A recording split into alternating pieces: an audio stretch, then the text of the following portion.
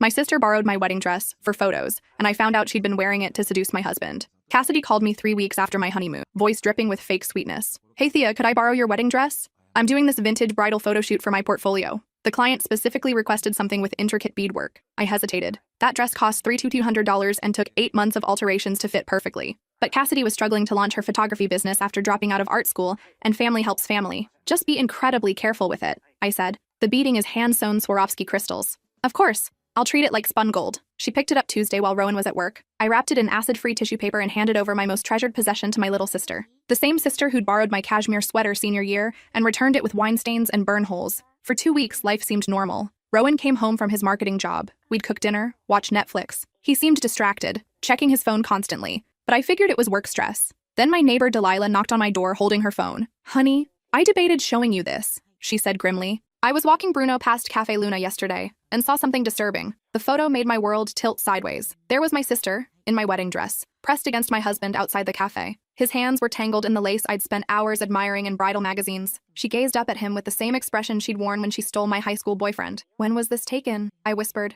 Yesterday around 2:15 p.m., Rowan had told me he was in client meetings all afternoon. That night, I pretended everything was normal, made his favorite salmon dinner, asked about his day. He described fictional meetings in vivid detail, lying smoothly. After he fell asleep, I checked his phone. The messages made me sick. Cassidy, wearing your wife's dress makes this even hotter. Rowan, you look better in it than she ever did. Cassidy, think she suspects anything? Rowan, she's too trusting. Always has been. It's pathetic. 23 messages over 2 weeks. Detailed meeting plans, explicit photos, cruel commentary about my naivety. They'd turned my wedding dress into a prop for their affair. The next morning, I drove to Cassidy's apartment using my spare key. My wedding dress hung in her closet, reeking of her perfume and his cologne. Behind her jewelry box, I found a hidden camera still recording. I scrolled through the memory card with trembling fingers. They'd documented everything. Multiple encounters. In my dress. But the videos dated back 6 months. Before my wedding. Before my engagement. In one video from 3 days before my bachelorette party, they were discussing their strategy. After the honeymoon, we'll be more careful, Rowan said. But once I get half her inheritance in the divorce, we can disappear together. My inheritance.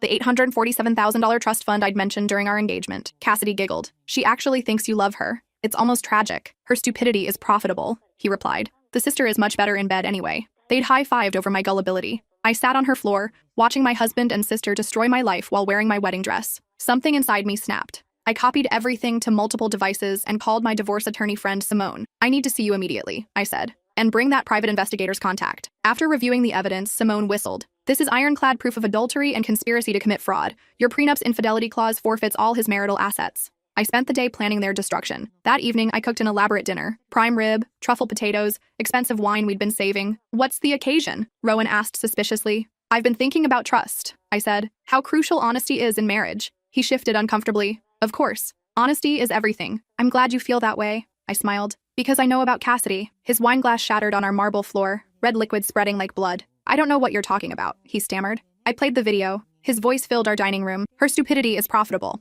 Rowan looked like he was about to vomit all over our expensive dinner. How long have you known? He whispered. Long enough to document everything. Long enough to build a bulletproof legal case. Long enough to ensure you both pay for what you've done. He tried reaching for me, but I stood up smoothly. Don't touch me with the same hands that violated my sister while she wore my wedding dress. Thea, it's not what you think. It's exactly what I think. And worse. You married me for my money. You've been planning to divorce me and steal half my inheritance. You involved my sister to make it more devastating. His shoulders sagged in defeat. What do you want? Pack your things and leave tonight. Divorce papers will be served tomorrow, along with fraud charges. You can't prove fraud. I played another video showing them creating fake receipts, doctoring bank statements to make my inheritance appear as marital property. Actually, I can prove everything. He left that night with 2 suitcases. Everything else belonged to me according to our prenup. The next morning, I drove to Cassidy's with Mom and our cousin Valencia as witnesses. When she opened the door in a silk robe at 11 a.m., her face cycled through emotions. Surprise, confusion, then terror. We need to talk, I said, pushing past her. My wedding dress was draped over her couch like a discarded towel, wrinkled and stained. I found some interesting videos. I began calmly. Cassidy's mouth opened and closed like a fish. I can explain everything. You can't. There's no explanation for months of planning this betrayal. Mom stepped forward, her face harder than I'd ever seen it. Pack your things. You're banned from this family. Mom, please. I said pack. While Cassidy threw clothes into luggage, crying, I retrieved my dress. Lawsuit papers will be served Tuesday, I informed her. Alienation of affection? Conspiracy to commit fraud. Emotional distress. My attorney estimates $300,000 in damages. I don't have that money. Should have thought of that before destroying my marriage for entertainment. The divorce concluded 4 months later. Rowan got nothing due to the infidelity clause. Criminal fraud charges resulted in 18 months probation, $75,000 restitution, and a destroyed career. Cassidy's lawsuit took 8 months. Despite her expensive attorney arguing she wasn't responsible for Rowan's choices, the video evidence proved she was an active participant. We settled for $220,000 plus a 5-year restraining order, but the real devastation came from the social fallout. I'd strategically shared edited versions of their betrayal with key people in our social circle. Within weeks, everyone knew what they'd done. Rowan's colleagues at Hartwell and Associates were shown evidence of his fraud planning. He was terminated immediately, and word spread throughout the marketing industry. No respectable firm would hire him. Cassidy's Art World connections received anonymous packages containing screenshots of her participating in inheritance fraud. Gallery owners who'd been considering her work suddenly stopped returning calls. Her photography clients discovered her history of betraying family members and canceled contracts. I attended every court hearing, watching them squirm as their lawyers tried defending the indefensible. Rowan's attorney attempted arguing temporary insanity, while Cassidy's claimed she was manipulated. The judges weren't buying it. The most satisfying moment came during Rowan's sentencing hearing. The prosecutor read aloud from their videos. "Her stupidity is profitable." The courtroom gasped. The judge increased his restitution by $25,000. Meanwhile, I was rebuilding my life methodically. I kept my job at the design firm but started freelancing on weekends, using my divorce settlement to invest in a small studio space downtown. Without Rowan's expensive tastes draining our accounts, I had more money than ever before. I also started therapy with Dr. Morrison, a specialist in betrayal trauma. She helped me understand that Cassidy's behavior wasn't sudden. There'd been red flags throughout our childhood that I'd ignored. Narcissists often target family members because of existing trust, Dr. Morrison explained. Your sister saw your happiness and wanted to destroy it simply because she could. Through therapy, I realized Cassidy had always competed with me. When I got into honor society, she suddenly developed an interest in academics. When I started dating seriously, she'd flirt with my boyfriends. When I announced my engagement, she immediately started dating older, wealthy men. The inheritance revelation made perfect sense in retrospect. Cassidy had always been obsessed with money, but terrible at managing it. She'd maxed out multiple credit cards in college, borrowed thousands from dad that she never repaid, and constantly complained about her financial struggles. Mom was devastated by the betrayal, but not entirely surprised. During one of our weekly dinners, she admitted she'd suspected something was wrong with Cassidy for years. "She never showed genuine remorse for anything," Mom said, picking at her salad. "When she broke your grandmother's vase at Christmas, she blamed the cat. When she crashed your car in high school, she claimed someone hit her in the parking lot. She always had excuses." Dad struggled more with the situation. Cassidy had always been his favorite, his little artist who could do no wrong. Accepting that she'd orchestrated such an elaborate betrayal required him to reevaluate 28 years of parenting decisions. "I enabled her," he admitted during one painful conversation. "Every time she got in trouble, I bailed her out. I never made her face real consequences." My extended family's reactions were mixed. Some relatives thought I was being too harsh, suggesting families should forgive family regardless of circumstances. Others were horrified by what Cassidy had done and fully supported cutting her off. Aunt Priscilla, Mom's sister, was particularly vocal in her support. "That girl has been trouble since she was small," she declared at Easter dinner. "Remember when she convinced little Timothy to steal money from the church collection? Or when she spread those rumors about cousin Melissa sleeping around? This is just her finally showing her true colors." Uncle Gabriel disagreed. "She's still family. People make mistakes. Maybe she was just jealous and acted impulsively." I shut that down immediately. Months of planning isn't impulsive. Recording themselves wasn't impulsive. Stealing my inheritance wasn't impulsive. She's not a confused child. She's a 30-year-old woman who chose to destroy my life for money. The family dinners became tense affairs. Some relatives tiptoed around mentioning Cassidy, while others pretended nothing had happened. I appreciated the ones who acknowledged the situation honestly. Cousin Valencia became my strongest ally. She'd never liked Cassidy, calling her manipulative and attention-seeking since we were teenagers. "I tried warning you about her when you first brought Rowan to family gatherings," Valencia told me. "She was watching him too closely, asking too many personal questions about his job and finances, but I didn't want to seem paranoid." The evidence collection process was exhausting but thorough. My private investigator, Marcus Chen, uncovered additional proof of their scheme. He found hotel receipts, restaurant charges, and even a joint bank account they'd opened to manage their relationship expenses. Most damning was a credit card application Cassidy had submitted using my personal information to fund their affair. She'd been planning to default on it and let the debt fall on me. That discovery added identity theft charges to her growing legal troubles. Marcus also investigated Rowan's financial history and found he'd attempted similar schemes with previous girlfriends. One ex-girlfriend, Lindsay, agreed to testify about his pattern of targeting women with family money. "He researched my family's business before our third date," Lindsay told the court. "He knew exactly how much my trust fund was worth and started planning our future immediately. When I broke up with him, he tried claiming I'd promised him money for his startup idea." The trial lasted 3 weeks. I testified for 2 days, walking the jury through the timeline of discovery and the emotional impact of their betrayal. My voice stayed steady as I described finding my wedding dress defiled in Cassidy's apartment, but I let tears fall when explaining how they'd mocked my trust. Rowan's testimony was pathetic. He claimed he genuinely loved me initially,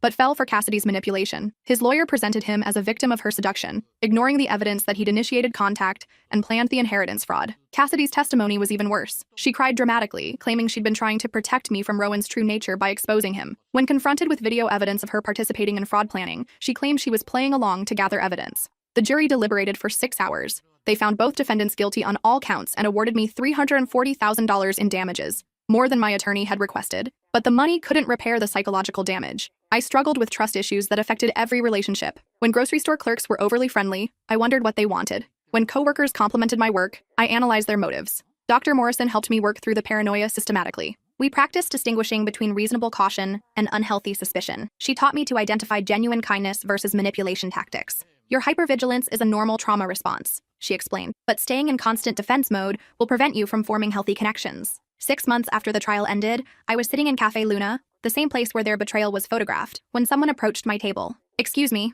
a man said politely. "I hope this isn't inappropriate, but I witnessed what happened here months ago, with your ex-husband and the woman in the wedding dress." I looked up to see a tall man with kind brown eyes and a nervous smile. I remembered him from that day. He'd been working on a laptop at the corner table. I wanted to say something then, but didn't know how. "I'm Xavier Montenegro, Thea Richardson," I replied, closing my book. "Would you maybe like to get coffee sometime?" Actual coffee, not surveillance coffee. I laughed for the first time in months. I'd like that. Our first date was at a small bistro across town. Xavier was the environmental engineer, recently divorced himself after discovering his ex-wife's gambling addiction had destroyed their finances. He understood betrayal trauma without trying to fix me. I spent 2 years in therapy learning to trust my instincts again, he shared over dinner. Some days are harder than others, but it gets easier. We took things incredibly slowly. Xavier never pushed for information about my past or rushed physical intimacy. He seemed content to build friendship first, which I desperately needed. On our 4th date, I told him about Cassidy and Rowan. He listened without judgment, asking clarifying questions, but never offering unsolicited advice. "That's incredibly painful," he said simply. "I'm sorry you went through that." His reaction was perfect,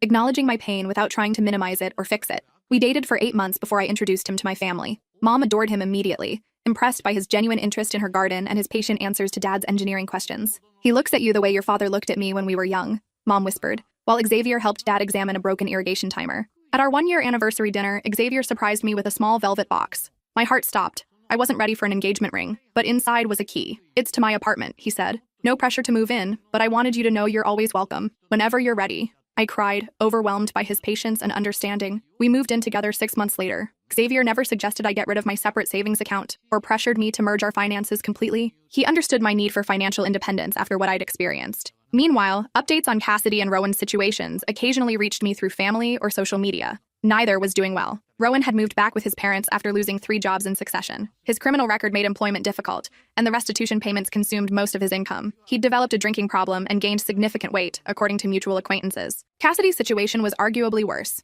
The alienation of affection lawsuit had destroyed her credit, and the restraining order prevented her from contacting potential family reconciliation supporters. She'd moved to another state, but struggled to rebuild her photography business with her reputation preceding her. Valencia showed me Cassidy's social media occasionally. Sparse posts featuring cheap apartments and generic motivational quotes. The vibrant, confident woman who'd stolen my husband was gone, replaced by someone who looked defeated and desperate. "Do you ever feel bad for her?" Valencia asked one day. I considered the question seriously. I feel bad for the child she was, who learned to manipulate instead of love. But I don't feel bad for the adult who chose to destroy my life methodically for months. 2 years after our first coffee date, Xavier proposed properly. We were hiking in the mountains where he'd taken me for our 6-month anniversary. The ring was custom designed, featuring my birthstone instead of a traditional diamond. "I wanted something uniquely yours," he explained. "No one else will ever wear this ring." I said yes immediately. Planning our wedding was healing in unexpected ways. This time, I chose every detail for myself, not to impress others or meet someone else's expectations. The dress was simple but elegant, completely different from my first gown. Mom helped with arrangements enthusiastically, though she sometimes caught herself mentioning what Cassidy would have thought about certain choices. We'd both griefed the sister-daughter we'd thought we knew. Dad walked me down the aisle with tears in his eyes. "I'm so proud of how strong you've become," he whispered before placing my hand in Xavier's. The ceremony was intimate. 50 close friends and family members who'd supported me through the worst period of my life. No +1s for people I didn't know personally. No obligations to include anyone out of politeness. During our vows, Xavier promised to earn my trust daily, rather than demanding it automatically. I promised to communicate my needs clearly, rather than assuming he could read my mind. "Some people find their soulmates immediately," I said. "I had to lose everything first to recognize the real thing, but I'm grateful for that journey because it led me to you." The reception was perfect. Good food, better music, and people who genuinely cared about our happiness. No drama, no hidden agendas, no secret recordings. We honeymooned in New Zealand, far from everyone who knew our history. For 2 weeks, we were just Xavier and Thea, newlyweds exploring a beautiful country together. When we returned, I made a decision that had been brewing for months. I donated my original wedding dress to a nonprofit serving women leaving abusive relationships. Someone should have a beautiful wedding in this dress, I told the coordinator. Someone who deserves happiness.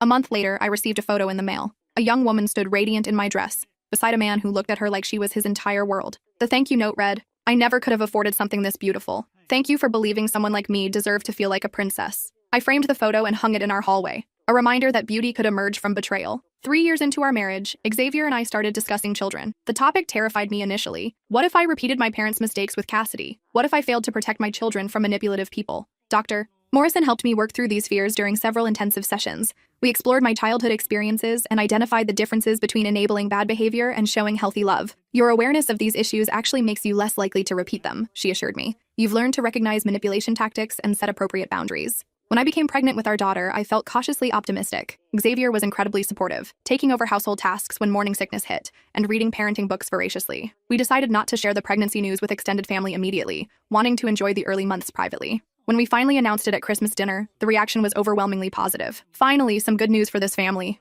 Aunt Priscilla declared, hugging me tightly. Dad cried when we told him privately. "I get another chance to be a grandfather," he said. "To do better this time." Our daughter, Elena, was born healthy and perfect. Holding her for the first time, I felt fierce protective love unlike anything I'd experienced. This child would never doubt her worth or question if people loved her for herself. Valencia visited us in the hospital, tears streaming down her face as she held Elena. "She's going to grow up knowing she's cherished," she said. "What a gift." Mom became a devoted grandmother, visiting weekly to help with childcare and household tasks. She learned from her experience with Cassidy and me, recognizing the importance of consistent boundaries and unconditional love. "I enabled Cassidy's worst impulses because I was afraid of losing her love," Mom admitted during one of our conversations. But real love sometimes means disappointing people for their own good. When Elena was 6 months old, I received an unexpected phone call. The number was blocked, but something compelled me to answer. "Thea?" The voice was barely recognizable, thin, desperate, broken. "Cassidy, please don't hang up. I know I have no right to call, but I'm dying. Literally dying. Liver cancer, stage 4. The doctors say I have maybe 2 months. My hand trembled holding the phone. "What do you want?" "I want to apologize.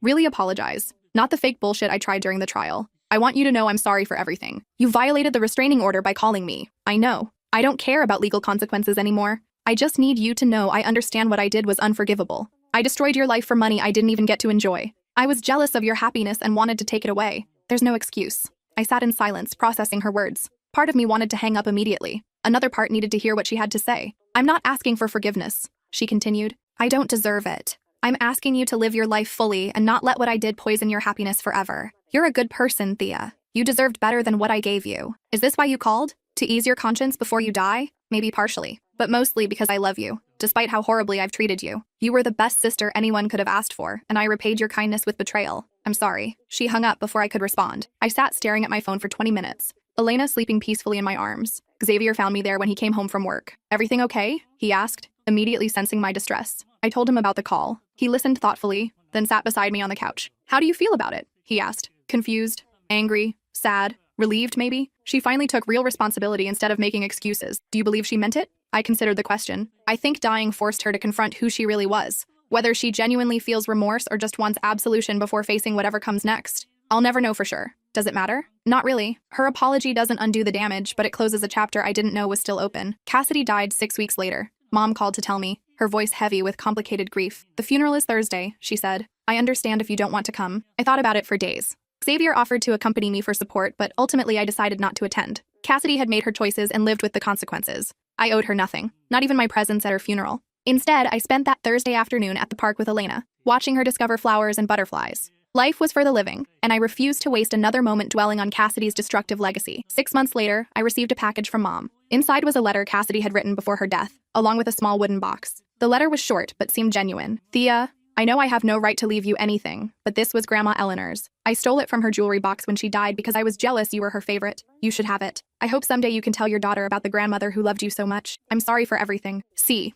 the box contained Grandma's pearl necklace, the one she'd always promised would be mine someday. I'd searched for it after her death, but assumed it had been misplaced. I held the pearls up to the light, remembering Grandma fastening them around my neck when I played dress-up as a child. "Pearls are for ladies," she'd say. "And you, my dear, are going to be a very special lady someday." Elena reached for the shiny pearls with chubby fingers, and I made a decision. This necklace would be hers someday. A connection to the great-grandmother who'd loved unconditionally and the mother who'd learned to protect that love fiercely. Xavier found me crying in our bedroom, holding the necklace. "She kept it all these years," I said. "Even when she was selling everything else, she kept this." Maybe she always planned to return it, he suggested gently. Or maybe she kept it as a reminder of what she'd stolen. I'll never know her real motives. He held me while I cried, not for Cassidy, but for the relationship we'd never had, the sister I'd thought I knew, and the years of family drama that could never be recovered. But I also cried from relief. The chapter was finally, permanently closed. No more wondering what Cassidy was doing or whether she'd ever take responsibility. No more looking over my shoulder or second-guessing people's motives. I was free to focus completely on the family Xavier and I were building. A family based on honesty, respect, and genuine love. Elena took her first steps on a sunny Tuesday morning, wobbling across our living room into Xavier's waiting arms.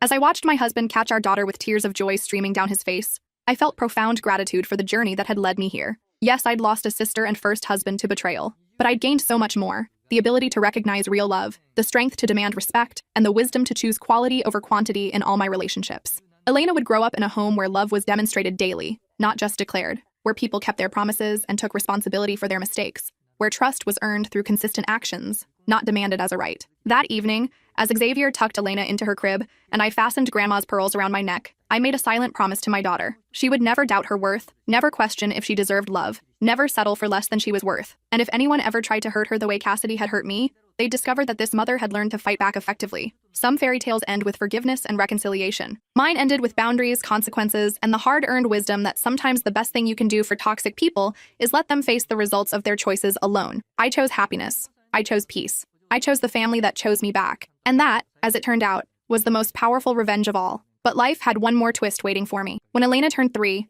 we started discussing having another child. I was 35 and didn't want too large an age gap between siblings. Xavier was eager to expand our family, often joking that he wanted Elena to have built-in protection against the world. 2 kids means they always have each other, he'd say, watching Elena play with her dolls. No matter what happens to us, they'll never be alone. The pregnancy came easily this time. I felt more confident, more prepared for the challenges of caring for an infant while managing a toddler. Elena was excited about becoming a big sister, constantly talking to my growing belly and offering to share her toys with baby brother or sister. We decided to wait until birth to learn the gender, wanting some surprises in our carefully planned life. Elena insisted the baby would be a girl who looked exactly like her, complete with curly hair and brown eyes. Our son Marcus arrived 3 weeks early during a thunderstorm that knocked out power to half the city. Elena met him at the hospital the next morning, her eyes wide with wonder as she gently touched his tiny fingers. "He's perfect, Mommy," she whispered. "Can we keep him forever?" Xavier and I laughed, but the moment crystallized something profound. Our family was complete. We had everything we'd dreamed of, and more than I'd thought possible during those dark months after discovering Cassidy's betrayal. As Marcus grew from infant to toddler,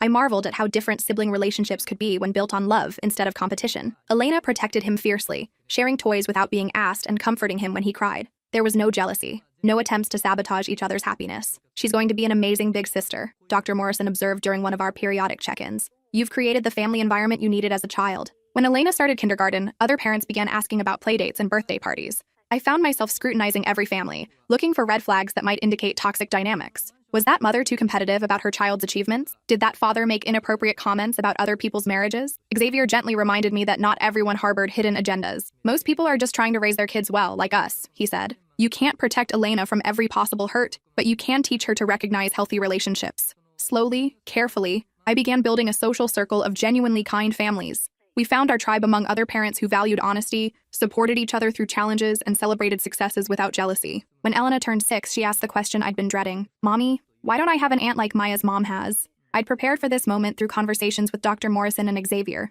We'd agreed to tell age-appropriate truth rather than creating elaborate lies that would crumble later. "I had a sister once," I told Elena as we sat in her bedroom, "but she made some very bad choices that hurt our family. Sometimes adults do things that are so harmful. We have to stop spending time with them to keep ourselves safe." Elena considered this seriously. "Was she mean to you?" "Yes, sweetheart, she was very mean in a way that can't be fixed with apologies." "I would never be mean to Marcus like that," Elena declared with the absolute certainty of childhood. "I know you wouldn't," I said, kissing her forehead. "You have a kind heart." As the children grew older, their questions became more sophisticated. Elena, now 8, asked why Grandma sometimes looked sad when other families talked about all their relatives. "Losing someone you love is always hard," I explained, "even when you know it was the right choice for your safety." "Do you miss her?" Elena asked. I thought carefully about my answer. I miss the sister I thought she was. But I've learned that missing someone doesn't mean you should let them hurt you again. This became a recurring theme in our family discussions. The difference between forgiveness and enabling, between love and allowing abuse, between family loyalty and personal safety. When Marcus turned 5, he brought home a school worksheet asking students to draw their family tree. He'd carefully drawn Xavier and me, Elena, both sets of grandparents, Valencia, and even Delilah and Bruno. "Where's your sister?" his teacher had written in the margin. That evening, Marcus asked why his teacher thought I should have a sister. "Some families have lots of people and some have fewer," I explained. "What matters is that everyone in our family loves and takes care of each other." "Like how Elena takes care of me?" he asked. "Exactly like that." Meanwhile, updates about Rowan occasionally filtered through mutual acquaintances. He'd married again, a woman 20 years his senior with substantial assets. The marriage lasted 8 months before she discovered his history and filed for divorce, citing fraud and emotional abuse. He'd attempted to contact me twice over the years, once through a fake social media account, claiming he wanted to make amends and asking if we could meet for coffee. I blocked the account immediately and screenshotted everything for my records. The second attempt came through his mother, who called my office claiming Rowan was in therapy and needed closure to complete his healing process. Tell him his closure isn't my responsibility, I told her. He chose his path. I've chosen mine. I also learned that he'd tried contacting other ex-girlfriends with similar requests for forgiveness meetings. None of them responded positively. Apparently, his pattern of targeting wealthy women for financial gain was well documented among his former social circle. His parents eventually moved to Florida to escape the local gossip about their son's criminal behavior. His father's business suffered when clients learned about the family's legal troubles, forcing them to sell and relocate.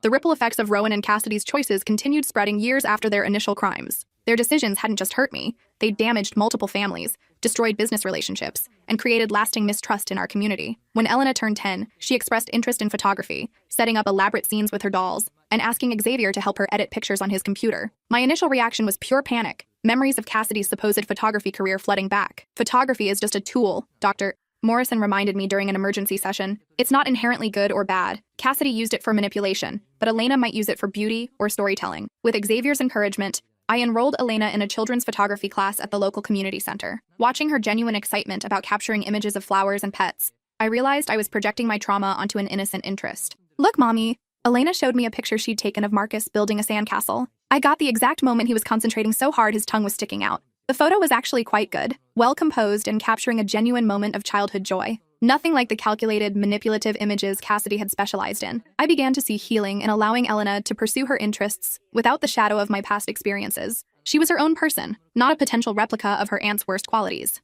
For Elena's 11th birthday, we threw a big party in our backyard with 12 of her closest friends. I watched her interact with the other children, kind, inclusive, generous with her belongings. When one girl spilled juice on her new dress, Elena immediately offered her own sweater and helped clean up without making the other child feel embarrassed. She has good instincts about people, Valencia observed, watching Elena comfort a younger cousin who'd scraped his knee. She knows how to care without giving up her own boundaries. This was the child I'd raised. Empathetic but not naive, kind but not pushover, loving but not desperate for approval. Everything I'd wished I could have been at her age. When Marcus turned 7, he announced he wanted to be a lawyer when he grew up, to help people who get hurt by bad guys. His sense of justice was fierce but not vindictive. He wanted to protect, not punish. Some people do bad things because they're hurting inside, he told me one day after watching a movie about bullying, but that doesn't make it okay to hurt other people. His emotional intelligence astounded me. At 7, he understood concepts that had taken me decades to learn through therapy and painful experience. The children's school counselor called both Xavier and me in for a conference when Elena was in 6th grade. I panicked, immediately assuming she was displaying concerning behaviors that indicated psychological damage from our family's history.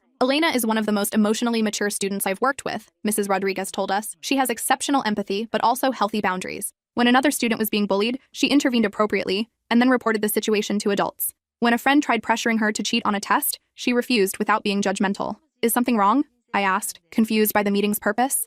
Nothing's wrong. I wanted to commend your parenting approach. Elena feels secure in your love but also understands that actions have consequences. That's a difficult balance to achieve. Driving home, Xavier reached over and squeezed my hand. You've given them everything you didn't have. Unconditional love with clear expectations, protection without overprotection, trust earned through consistency. We've given them that, I corrected. I couldn't have done this alone. Maybe not. But you chose to break the cycle of dysfunction in your family line. That took incredible courage. When Elena turned 12, she asked if she could see photos from my first wedding. The question caught me off guard. I'd hidden or destroyed most evidence of that period in my life. Why do you want to see them? I asked carefully. I found one picture in Grandma's album, she explained. You looked really happy, but also different, sadder somehow, even though you were smiling. I dug through storage boxes until I found the wedding album I'd forgotten about. Looking at the photos with Elena, I could see what she meant. My smile in those pictures was beautiful, but brittle, like glass that would shatter with the wrong touch. I was happy that day, I told her, but I didn't really know myself yet. I was trying to be who I thought other people wanted me to be. Do you know yourself now? She asked. Much better.